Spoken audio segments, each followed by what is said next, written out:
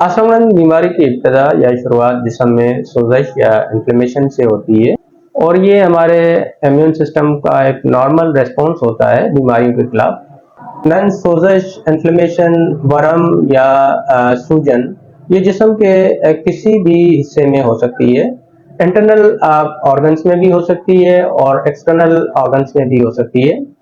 Internal organs में ये किसी भी जिस्म के अंदरूनी हिस्से में या अज़लात में हो सकती है, जैसे ब्रेन, हार्ट, लंग्स, किडनीज वगैरह। लिवर हो गया, इंटेस्टाइन या स्टोमक में हो सकती है। और बैरूनी अज़लात में जिसमें मुख्तलिफ पार्ट्स ऑफ बॉडी में अगर इन्फ्लेमेशन होगी या सोजश होगी तो नज़र आना शुरू हो जाती है। इन्फ्लेमेशन या सोजश हो जाए तो क्या करना चाहिए, और जब इंटरनल ऑर्गन्स में सोजश डायग्नोज हो जाए या इन्फ्लेमेशन डायग्नोज हो जाए तो क्या करना चाहिए। नन सोजश या इन्फ्लेमेशन किसी भी वजह से हो सकती है, जैसे कि चोट लगने से, सिगरेट पीने से, कोई खराशदार या जहरीली चीज खाने से, किसी जहरीले जानवर के काटने से, जलने से, खून की शरियानें तंग होने से या ब्लड सर्कुलेशन कम होने से। उसके अलावा भी बहुत से रीजन हो सकते हैं। नल अगर अंदरूनी तौर पे इन्फ्लेमेशन डायग्नोज हो जाए तो फौरी तौर पे आपको मुआलिज के पास जाना चाहिए, नहीं तो ये बहुत ज़्यादा पेचीदगी अख्तियार कर लेती है और इसका आखिरी स्टेज कैंसर तक पहुंच जाता है। खुसूसन लिवर में या ब्रेन के अंदर अगर ट्यूमर या इस तरह की इन्फ्लेमेशन हो जाए तो फौरी तौर पे आपको मुआलिजिन के पास जाना चाहिए। बाकी अगर बैरूनी अज़लात या ऑर्गन्स में इन्फ्लेमेशन हो जाए तो चंद टिप्स हैं, इन पे आप अमल करें। मसल्स जब पुल कर जाएं या पट्टे चढ़ जाएं तो उससे भी इन्फ्लेमेशन हो सकती है। कंधे के जोड़ हिल जाएं, घुटने के फ्रैक्शन की वजह से या उसके अंदर चिकनाहट की कमी की वजह से भी वरम हो सकता है या सूजन हो सकती है। उन औरतों को जो बच्चों को दूध पिलाती हैं उनकी छाती में भी वरम हो जाता है।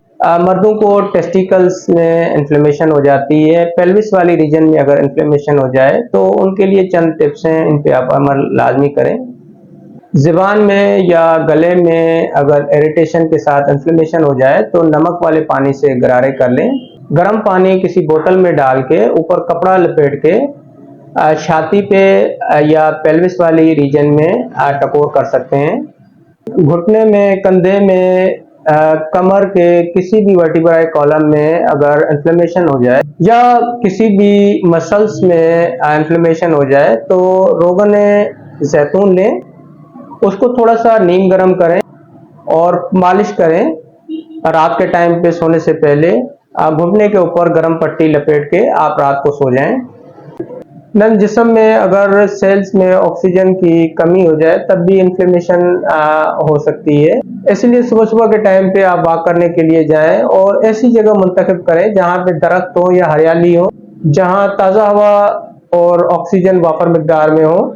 अगर सुबह सुबह के टाइम पे सूरज निकलते वक्त आप वॉक करना शुरू कर दें तो सूरज की डायरेक्ट किरणें जब आपके जिस्म पर पड़ेंगी तो उससे आपके जिस्म में विटामिन डी की कमी भी पूरी हो सकती है, क्योंकि विटामिन डी की कमी की वजह से भी हमारा इम्यून सिस्टम कमजोर हो जाता है।